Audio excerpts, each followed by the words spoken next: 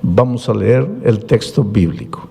El texto bíblico dice así: Pablo, prisionero de Jesucristo, y el hermano Timoteo, al amado Filemón, colaborador nuestro, y a la amada hermana Apia, y a Arquipo, nuestro compañero de milicia, y a la iglesia que está en tu casa. Gracia y paz a vosotros, de Dios nuestro Padre y del Señor Jesucristo. Ahora tú puedes leer el texto y preguntar así: ¿qué mensaje Dios tiene para mí? Por ejemplo, si tu hijo está en las drogas, ¿cómo te ayuda este texto a resolver ese problema? Si tu matrimonio está hecho pedazos, ¿cómo te ayuda este texto a resolver tu problema? Si estás desempleado, ¿de qué manera este texto te ayuda? Si vives peleando con tu patrón o con tu empleado, con tu vecino, ¿de qué manera este texto te ayuda?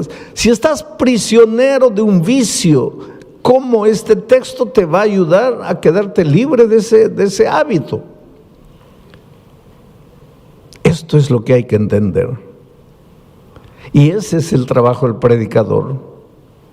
Y es por eso que el predicador, antes de venir a predicar una hora, tiene que estar horas y horas y días y semanas analizando el texto y estudiando y tratando de entender y pidiéndole a Dios iluminación. Pero aquí hay un mensaje poderoso para ti. Vamos a comenzar diciendo así: Pablo, prisionero de Jesucristo. En la mayor parte de sus epístolas, de sus cartas, Pablo se identifica como apóstol de Jesucristo, apóstol de Jesucristo, apóstol de Jesucristo. Esta carta es la única carta donde él se presenta como prisionero de Jesucristo. ¿Qué piensan ustedes? ¿Por qué lo hace? Porque justamente va a hablar a un hombre que tenía prisionero a otro hombre. En esta carta Pablo va a hablar de libertad, pero antes de hablar de libertad necesita hablar de esclavitud, de prisión. Cuando Pablo dice, Pablo, prisionero de Jesucristo, estaba preso en Roma, pero no se llama él prisionero de Jesucristo porque estaba preso en Roma. Él se dice prisionero de Jesucristo, no prisionero por Jesucristo. Estaba preso por causa de Jesucristo. Pero ese no es problema. El sufrimiento que viene a tu vida por causa de Jesucristo, ese no es problema. Lo que él quiere destacar es que él es prisionero de Jesucristo. Y es prisionero del amor, por el amor. Una cosa es ser prisionero de la fuerza, por la fuerza. Y otra cosa es ser prisionero del amor, por el amor. En los tiempos de Pablo había en el Imperio Romano y en todo el territorio que el Imperio Romano dominaba, había 5 millones de esclavos, por lo menos. ¿Cuántos habitantes tiene Sydney? Australia tiene 20 millones. Sydney no debe tener más de 5 millones. O sea, todos los habitantes de Sydney y más era la cantidad de prisioneros que había en los territorios que dominaba el Imperio Romano. Mucho esclavo. Ahora, tú sabes que el esclavo no tiene voluntad propia, porque el esclavo no puede ir a donde quiere, el esclavo no puede hacer lo que quiere, el esclavo no puede estudiar, el esclavo no puede comprar, el esclavo no puede vender, porque el esclavo no es dueño de nada. El esclavo no se pertenece a su señor, a su patrón. En esos tiempos habían patrones que compraban esclavos jóvenes solo para que ellos procreasen 15, 18, 20 hijos. ¿Para qué? Para vender a los esclavitos. porque ellos, los esclavos, no eran dueños ni de sus propios cuerpos, ni de sus hijos. El esclavo no tenía vida. En el fondo, al terminar la serie de estudios de Filemón, tú te vas a dar cuenta que todos nosotros somos esclavos. Esclavos del pecado, esclavos de las circunstancias, esclavos de hábitos, esclavos de nuestro carácter, esclavos del dinero, esclavos de los placeres, esclavos, en el fondo, todos esclavos de un enemigo que quiere destruirte, que quiere verte infeliz, que quiere arruinarte. En los tiempos de Pablo había unos hombres ricos llamados mecenas. Después, más adelante, los mecenas fueron conocidos como hombres ricos que ayudaban a artistas, a pintores, a escritores, a músicos. Pero originalmente el mecenas era un hombre rico que tenía un gran corazón, que veía cómo los patrones esclavizaban y masacraban y hacían sufrir a su esclavo. Entonces ese hombre rico, como tenía mucho dinero, iba y le decía al patrón: ¿cuánto quieres por este esclavo? 10,000 dólares. Muy bien, aquí están tus 10,000 dólares, dame al esclavo. Entonces se lo llevaba al esclavo a su tierra, a su casa. Y cuando llegaba aquí le decía: mira, te he comprado, pero ahora estás libre. ¿Cómo libre? Libre. Pero no has pagado 10,000 dólares. Sí, pero no he pagado 10,000 dólares para esclavizarte. He pagado 10,000 dólares para darte la libertad. Estás libre. Y ese esclavo se sentía tan comprometido, tan sensibilizado, que a veces le decía: mira, gracias, pero no quiero ser libre. Yo quiero ser tu esclavo. Y entonces el mecenas le decía: está bien, si quieres puedes quedarte en casa. Sí, pero te voy a servir. Está bien, si quieres puedes servirme, pero recuerda que lo vas a hacer por amor, no por la fuerza. Allá eras esclavo por la fuerza. Aquí, si tú quieres, puedes seguir siendo esclavo, mas ahora vas a ser esclavo por amor. Me sirves no por obligación, me sirves porque quieres, me sirves porque me amas, me sirves por gratitud, no por obligación. Entonces, en este mundo, querido, tú tienes que escoger: o ser esclavo del enemigo de las almas por la fuerza, o ser esclavo de Jesucristo por amor. Por eso Pablo se identifica aquí como esclavo de Jesucristo por amor. Y ahora tú te preguntas: pero pastor, ¿no es la misma cosa? No, no es la misma cosa. Cuando tú le entregas la vida a Jesucristo, es porque te enamoras de Él. Porque entiendes que un día tú estabas aquí en la miseria, oprimido. Queridos, esto aquí no es vida. Esto aquí no es vida. Eres esclavo de cosas, de detalles. El enemigo te tiene aquí masacrado. Por eso Pablo, en su epístola a los Colosenses, le llama a esto el reino de la muerte. Tú te escapas del Señor Jesucristo, vienes para esta tierra pensando que vas a ser libre y te entregas al reino de la muerte. Aquí no eres feliz. Aquí tu hogar se destruye. ¿Por qué? Porque tú mismo estás destruido por dentro. Y Jesucristo viene, ingresa al reino de la muerte y te compra, no con oro ni con plata, no te compra por 10,000 dólares, te compra con su sangre preciosa. Y te lleva al territorio de la vida y te dice: hijo, ya pagué el precio, ya no necesitas vivir sufriendo como antes, estás libre. Y ahora tú amas al Señor Jesucristo y le dices: Señor, está bien, estoy libre, pero te voy a servir, pero te voy a servir por amor. Vamos a seguir analizando el texto. Dice Pablo, prisionero de Jesucristo. Y el hermano Timoteo, que ayudaba como secretario a Pablo, escribe al amado Filemón, colaborador nuestro, al amado Filemón. No era amado de Pablo, aunque Pablo lo amaba. En el fondo, Filemón era amado del Señor Jesucristo, amado de Dios. Y esta es otra de las cosas que tienes que entender. Tú eres amado de Dios, tú eres precioso para Dios. En todos estos años de pastor, para mí, la cosa más difícil ha sido hacerle entender al ser humano que es amado de Dios. Te voy a decir una cosa, Dios te ama, te ama, te ama de una manera que tú jamás vas a entender. Dios te ama. La gente dice así, pero pastor, ¿cómo Dios puede amarme si yo soy malo? Dios te ama. Si eres bueno, te ama. Si eres malo, te ama. Si aceptas la palabra de Dios, te ama. Si la rechazas, te ama.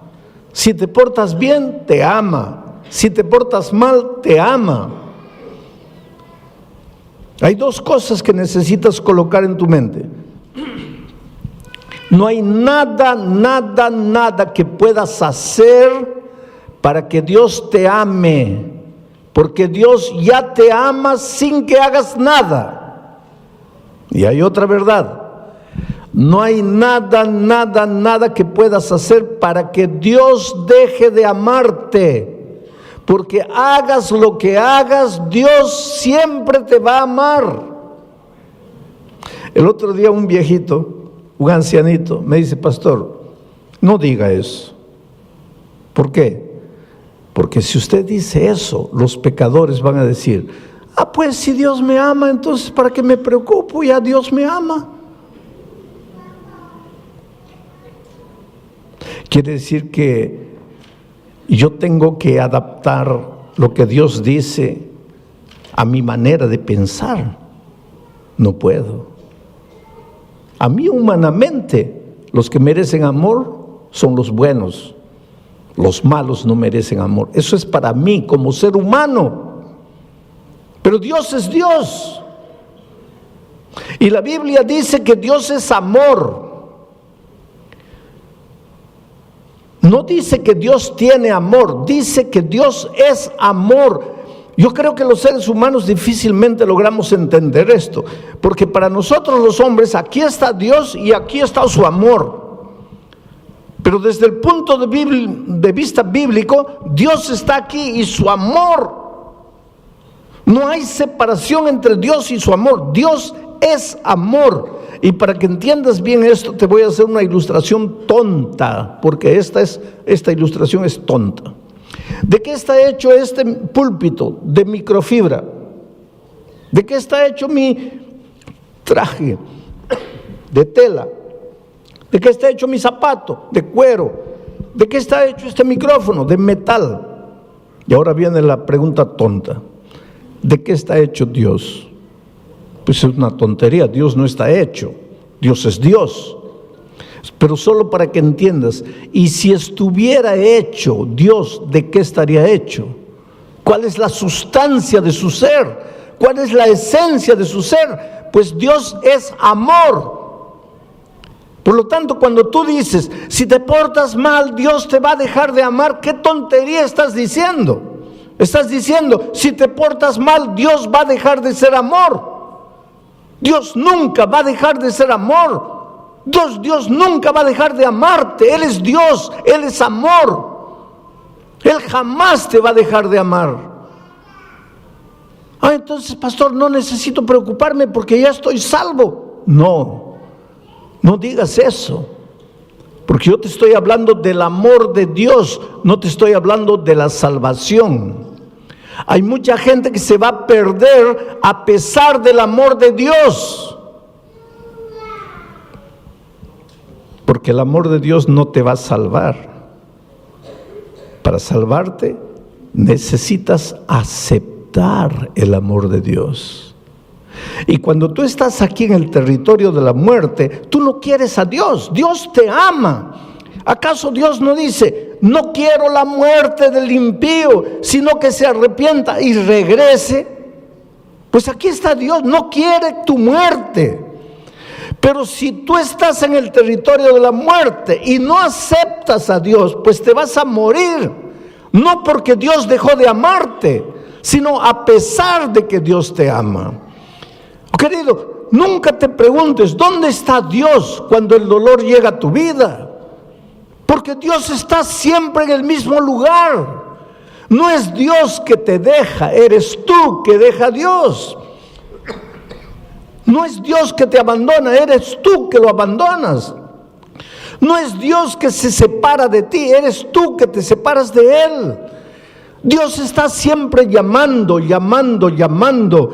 Desde el Génesis hasta el Apocalipsis, Dios llama. En el jardín del Edén: Adán, ¿dónde estás tú? En el libro de Apocalipsis, el último capítulo, las últimas palabras: y el Espíritu y la iglesia digan: ven. Y el que oiga, venga. Y el que tenga sed, venga y beba del agua. Llamado, Dios llama: hijo, ven, ven, ven. ¿Por qué? Porque tú estás aquí. Tú te has separado de Dios, tú te has venido aquí. Y aquí tú puedes hacer lo que quieras para ser feliz, pero siempre vas a estar vacío. Llega la noche, no puedes dormir, tienes ganas de llorar, no sabes por qué. Te esfuerzas, nada te sale bien. Te casas lleno de amor, en poco tiempo tu hogar está destruido. Traes al mundo un hijo con alegría, lo educas, lo amas. Cuando llega a grande, él se destruye solo. No sabes qué hacer, no tienes paz. ¿Por qué? Porque estás separado de Dios. Aquí en el territorio de la muerte puedes hacer lo que quieras. Nunca vas a estar completo. Necesitas devolverte al Señor Jesucristo.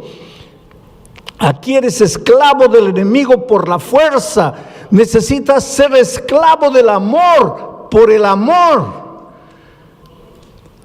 Y eso es lo que Pablo dice. Pablo, prisionero de Jesucristo, y el hermano Timoteo, al amado Filemón, colaborador nuestro, y a la amada hermana Apia y Arquipo, nuestro compañero de milicia. ¿Quién era Apia, esposa de Filemón? ¿Quién era Arquipo, hijo de Filemón y de Apia? Interesante que Pablo dice que en la casa de ellos había una pequeña iglesia. La iglesia cristiana en sus orígenes no construyó templos. Tú sabes que el primer templo fue construido por un emperador muy conocido por nosotros, porque ese emperador tuvo dos ideas, entre comillas, extraordinarias para él y para el enemigo de Dios. ¿Sabes cuáles fueron esas dos ideas? La primera idea: cambiar el día de reposo del sábado para el domingo. ¿Cómo se llamó ese emperador? Constantino. Pero él tuvo una segunda idea: construir un templo. Porque hasta Constantino nunca se había construido templos. Y te estoy hablando del siglo III. ¿Y dónde se reunía la iglesia cristiana en sus primeros años? En las casas o en las sinagogas, porque habían judíos enteros que se convertían y la sinagoga se quedaba vacía. Y entonces se reunían en las sinagogas. Pero en la sinagoga no había púlpito, la gente no estaba ahí y el predicador aquí. En la sinagoga las bancas eran así. Entonces se conversaba, se estudiaba. Y después en las casas. Y en la casa de Filemón estaba su esposa Apia, su hijo Arquipo, y ellos se reunían en la casa para estudiar la palabra de Dios, invitaban a sus vecinos. Y entonces esa familia de 3 ya tenían 4, 8, 10 estudiando la palabra de Dios. Y cuando ya se hacía un grupo que no cabía en la sala, entonces se dividía el grupo y se abría en otra casa. Y cuando se llegaban a 12, se dividían y se iban a otra casa y la iglesia se multiplicaba de esa manera. Pero entonces Constantino inventó el templo. Como él se convirtió al cristianismo entre comillas, pues ahora tenía todo el dinero del gobierno, construyó un templazo enorme y las personas salieron de las casas y se fueron al templo. Y ahí entró el problema. Se acostumbraron a quedarse sentadas oyendo a un hombre y desapareció la vida de la iglesia. Si tú quieres devolverle vida a la iglesia, no digo ahora que no nos reunamos como cuerpo todos en un templo, pero la vida de la iglesia tiene que estar en las casas, en los grupos pequeños en las casas. Esto es bíblico. Y en los lugares donde la iglesia ha vuelto a vivir en las casas, la iglesia crece espiritualmente y se multiplica, porque es más fácil para el vecino caminar 10 pasos a la casa del vecino que caminar 15 kilómetros hasta el templo. Entonces la vida está en las casas. Era así que la iglesia se multiplicaba en los primeros años. Pero mi mensaje esta noche está en el último versículo. Gracia y paz a vosotros, de Dios nuestro Padre y del Señor Jesucristo. Esa no es una simple manera de saludar, gracia y paz. Allí está la esencia de la vida cristiana. Porque para ser feliz en la vida, para ser próspero, necesitas primero paz. Un hombre que no tiene paz, una mujer que no tiene paz, no puede ser vencedor. Si tú te preguntas, pastor, ¿por qué nada me da resultado en la vida? Yo te respondo en el nombre de Jesucristo, no tienes paz en tu corazón. Y la paz no es resultado de tratamiento psicológico, no es resultado del análisis, del psicoanálisis. La paz es resultado de la gracia. Si tú aceptas la gracia de Jesucristo, el resultado va a ser la paz. Pero quiero explicarte esto. El ser humano es como un triángulo. Tiene un lado mental, emocional. Aquí, este lado, mental, emocional. ¿Por qué coloco en el mismo lado la mente y las emociones? Porque nosotros somos interesantes. Yo te amo con todo mi corazón. Nadie ama con el corazón. El corazón es un órgano del cuerpo que solo tiene una función. Su función no es amar. Su única función es bombear sangre. Nadie ama con el corazón. Se ama con la cabeza. Pero poéticamente es te amo con todo mi corazón. Tu pobre corazón está bombeando sangre, no está ni preocupado en amar. Quien ama es tu cabeza. Una persona odia con la cabeza. Una persona peca comenzando con su cabeza. Una persona se resiente con su cabeza. De aquí nacen las emociones. Por eso todos los seres humanos tienen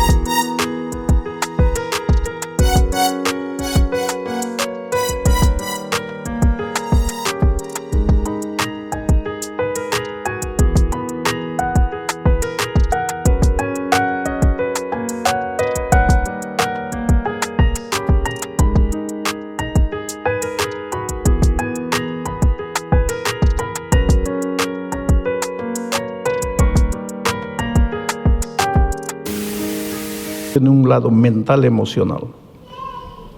Tienen un lado físico. Tienes hambre, tienes sueño, te cansas, tienes un lado físico, un cuerpo.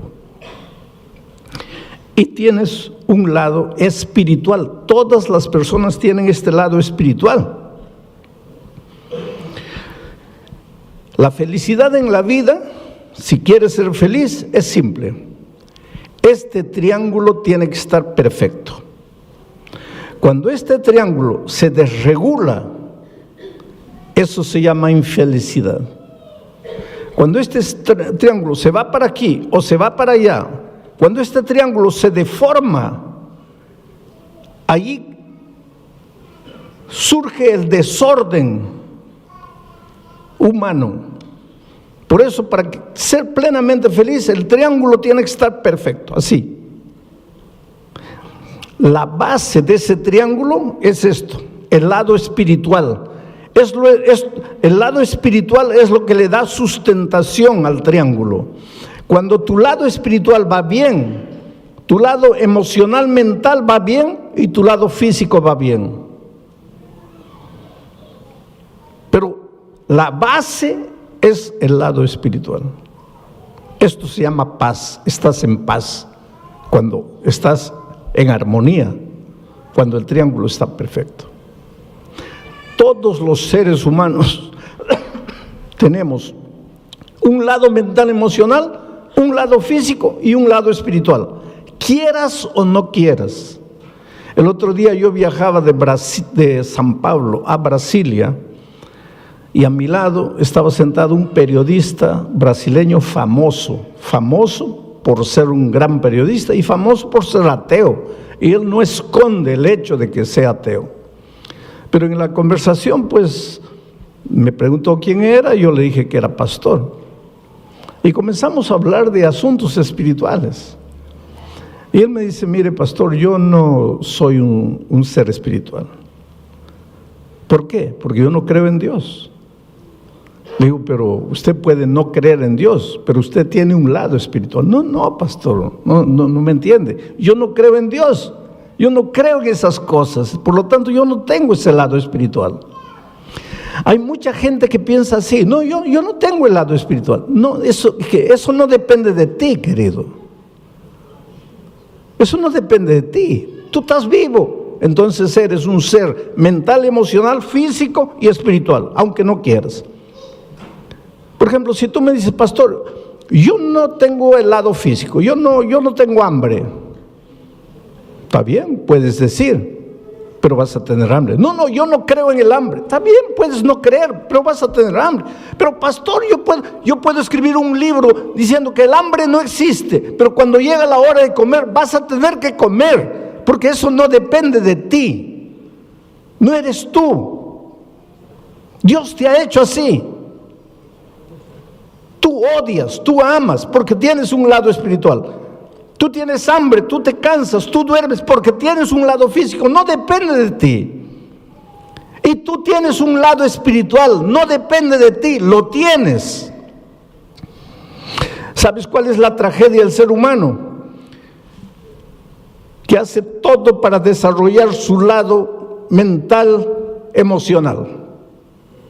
Hace todo para desarrollar su lado físico, pero no hace nada para desarrollar su lado espiritual.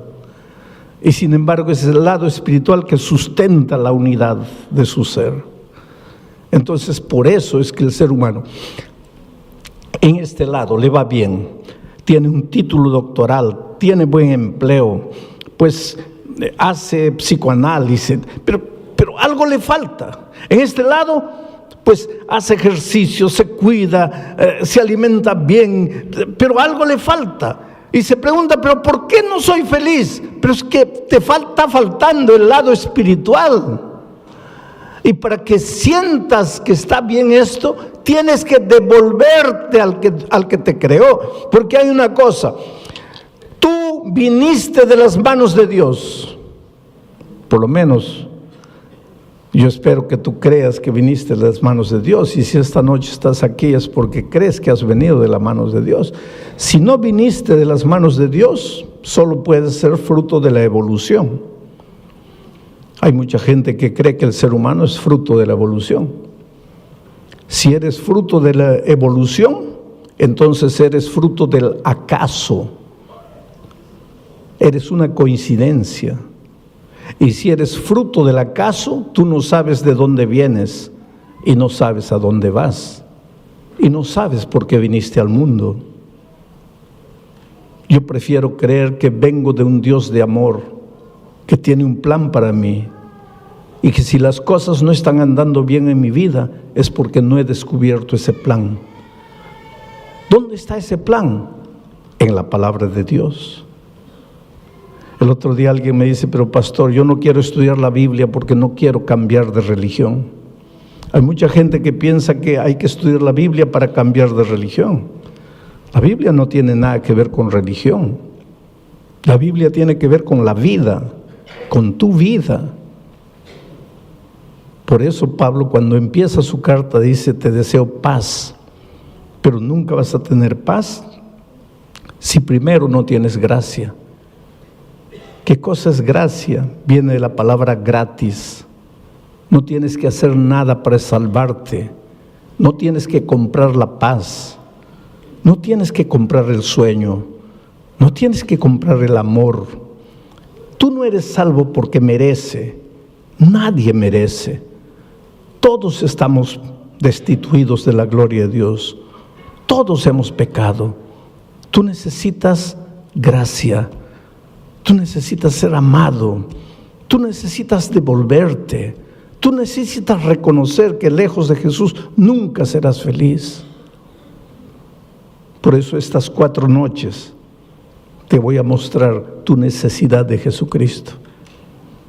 Pastor, ¿esto que acabo de predicar funciona? Claro que funciona. Y te voy a mostrar ahora con una historia de la vida real cómo esto funciona. Yo estaba predicando hace algunos años atrás en la ciudad de Santa Cruz de la Sierra, en Bolivia. ¿Hay algún boliviano aquí? Ah, bueno, ahí hay una señora boliviana, qué bueno. ¿No es de Santa Cruz de la Sierra? No, muy bien. Yo estaba predicando en Santa Cruz de la Sierra. Ahora en el mes de septiembre vuelvo a Santa Cruz de la Sierra, vuelvo a Bolivia para predicar 4 noches, una en La Paz, otra en Oruro, otra en Cochabamba y otra en Santa Cruz.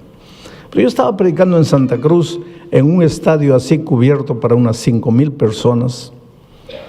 Y pues todas las noches cuando yo termino de predicar hago un llamado. Pido a las personas, ¿cuántos quieren aceptar a Jesucristo y venir aquí adelante? Esta noche también voy a hacer una invitación. Más adelante, ahorita no. Pero ¿por qué digo que las personas se levanten y vengan? Por un simple motivo. Yo no soy simplemente un expositor de un tema. Yo soy un pastor, yo soy un predicador. Y mi misión no es solo exponerte un tema y decirte que Dios te bendiga. Mi misión es llamarte, traerte a Jesucristo. Es hacer que tú le abras el corazón a Jesús. Y es por eso que al final de mi mensaje siempre digo, ¿cuántos quieren levantarse y venir y entregar la vida a Jesucristo? Y eso es lo que hice allá en Santa Cruz de la Sierra. Y la primera persona que se levantó fue un borracho, un ebrio. Pero no era un ebrio porque hay un ebrio que se puede controlar. Este pobrecito estaba acabado por la vida y vino por el corredor así todo tambaleándose. Y pues lógicamente que la gente comenzó a reír porque seguramente pensaba, ese pobre hombre no sabe ni entiende lo que está haciendo. Y el pobrecito vino aquí y se paró aquí y ni podía estar firme, aquí también estaba todo así. Y lloraba. Y pues tampoco eso es raro porque los borrachos lloran por todo, ¿no? Entonces estaba ahí llorando. Pero lo que me llamó atención es que era un andrajoso, ropa sucia. Se notaba que esa ropa no salía de su cuerpo hace meses. Todo mugriento. Cabello largo, sucio. Barba. Y olía mal, olía feo. Porque Después de él, mucha gente comenzó a venir, pero cuando llegaban cerca de él, así con discreción se retiraban un poco distante, porque no podían aguantar el olor de ese hombre, horrible. Pero ahí estaba él. Bueno, terminó esa noche. La siguiente noche dije así: los que anoche se han levantado, ya no se levanten hoy, porque anoche ya se levantaron. Hoy día yo quiero que se levanten solo los que no estuvieron anoche. A ver, ¿quién es la primera persona que se va a levantar? ¿Y quién aparece ahí atrás? El borracho nuevo. Y llega aquí. Y pues la gente ahora sí se largó a reír, porque dijo: ahí está la prueba de que no entiende nada, porque si el pastor dijo que los de anoche ya no se levantan y él vuelve a levantarse, pues está borracho. La tercera noche, pregunto: ¿quién es la primera persona? Y yo pensé, el borracho va a aparecer. No apareció. La otra noche no apareció, bueno, pensé ya no vino más. Pero la última noche hice otra invitación. Dije: mire, todas las noches les he llamado para que ustedes se levanten y vengan y le entreguen la vida a Jesucristo. Pero esta noche quiero invitarles. ¿Cuántos quieren bautizarse? Y la primera persona que se levantó fue un hombre, camisa blanca, pantalón jeans, y traía una Biblia en la mano y venía así. Y llegó aquí al frente. Se notaba que estaba bien peinadito porque se había echado bastante gel en la cabeza, su cabello estaba duro. Y aquí al frente con su Biblia así lloraba y lloraba y lloraba. Mucha gente vino esa noche. Y yo le dije: espera, yo te conozco a ti. Y él levantó la cabeza y dice: pastor, el borracho soy yo. Pero no estaba borracho, estaba sano, se había bañado, se había cortado el cabello, la barba, estaba bien vestido. Bueno, terminó aquella noche, comenzó el bautismo, yo me fui al camarín, estaba sentado ahí. Cuando salgo lo veo en el corredor llorando. Y me acerco y le digo: oye, ¿qué fue? Y él dice: pastor, es que yo quise bautizarme esta noche, pero los hermanos no quieren. Dicen que si el domingo yo he estado borracho, ¿cómo me voy a bautizar hoy día? Ellos quieren que yo espere. Y él dice: sí, yo entiendo, pastor. ¿Quién va a creerme? ¿Quién va a creer en mi conversión si hace 5 días yo estaba borracho? Lo que nadie sabe es mi historia, pastor. ¿Qué historia? Me dice: pastor, yo tenía 20 años, 21 años. Era un ingeniero bien empleado en una de las mejores empresas mineras de mi país. Una carrera profesional brillante. Me casé con otra niña de 20 años. Nos fuimos de miel. Y cuando regresábamos, yo dormité en el tránsito, en el volante. El carro salió, caí a un abismo. Mi esposa murió y yo salí vivo. Y este hombre comenzó a llorar más y dice: pastor, yo maté a mi esposa. Le digo: pero muchacho, me acabas de decir que fue un accidente. Fue un accidente, pastor. Pero quien estaba manejando el carro era yo. Quien dormitó fui yo. Quien tenía que morir era yo. Pero yo salí vivo y mi pobre esposa murió. Ese día se acabó.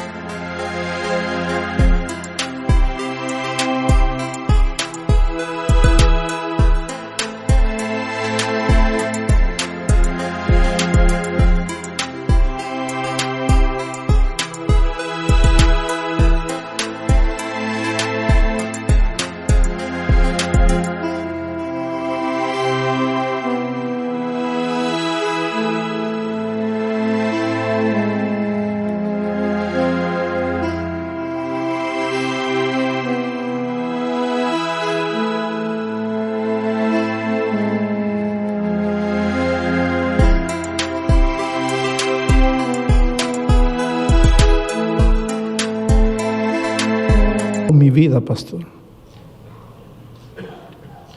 Ya no me interesó nada. En ese tiempo yo no tenía a Jesucristo. Y un hombre sin Jesucristo, ¿qué puede hacer? Pues yo hice lo que todo hombre que no tiene a Dios hace. Me entregué a la bebida, comencé a beber.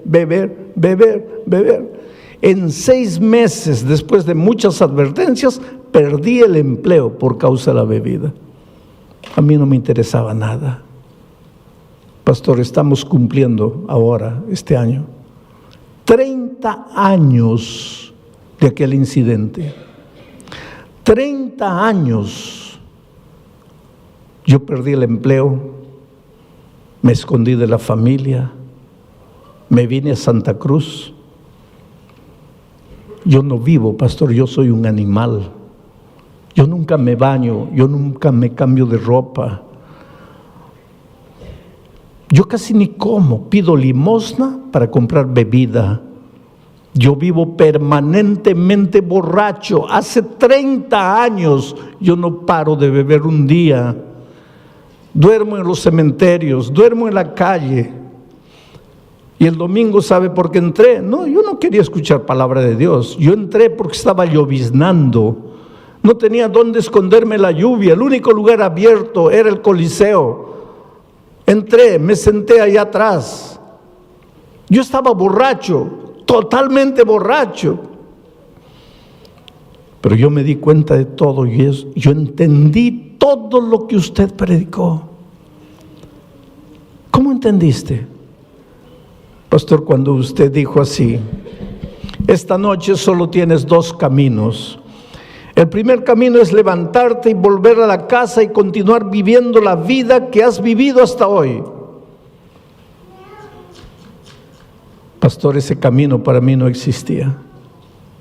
Yo me iba a levantar para volver a qué casa si yo no tenía casa. Para continuar viviendo la vida. ¿Qué vida si yo no tenía vida? Por lo tanto, ese primer camino no existía para mí. Ahí usted dijo: hay un segundo camino, levantarte y venir aquí y entregarle la vida a Jesús. Pastor, es verdad que yo estaba borracho, mi mente oscurecida por el alcohol. Yo sentí cuando la gente se rió de mí, pero ese era mi único camino. Yo estaba perdido, yo era un animal. En mi dolor yo me daba cuenta de lo que pasaba. Y yo entendí que solo Jesús podría hacer algo por mí. Por eso me levanté. Por eso vine, tambaleando, pero vine. Y la segunda noche, usted piensa que no entendí, que usted dijo: ya no vengan los de la otra noche. Entendí. Pero yo vine, ¿sabe por qué? Porque la primera noche, después de venir aquí adelante, yo salí y volví a beber. Y por eso la segunda noche, cuando usted invitó de nuevo, yo dije: mi decisión de anoche no sirvió, porque yo caí de nuevo. Por eso me levanté. Pero esa noche, pastor, salí y ya no bebí. Y la tercera noche ya no bebí. Y la cuarta noche, cuando usted dijo: Dios te ama, yo levanté los ojos al cielo y pregunté: ¿cómo Dios puede amarme? ¿Quién soy yo para que me ame? Yo no valgo nada, yo soy basura. ¿Cómo puede Dios amarme? Pero creí en el amor de Dios. Y vine la siguiente noche, y vine la otra noche. Y hoy día, cuando usted dijo: ¿cuántos quieren bautizarse?, yo vine. Pero no me dejaron bautizar. Y había un hombre que estaba ahí, escuchando todo, y vino y lo abrazó y le dice: hermano, perdóname. El que dijo que no podía bautizarte fui yo, pero es que no conocía tu historia. Realmente Dios hizo un milagro por ti. 5 años después yo regresé a Santa Cruz de la Sierra para predicar en ese mismo Coliseo. Y cuando llegué al Coliseo, mucha gente, miles de personas entrando. y había un hombre de chaleco fosforescente, con un radio en la mano, con una linterna en la otra, corría de un lado para otro, daba órdenes: cierren aquella puerta, abran la otra, eso, y aquí, corre para allá. Y cuando llegó mi carro, él comenzó a transmitir: llegó el pastor, abran la puerta de atrás y tal. Y el pastor me dice: pastor, ¿se acuerda de este hombre? No.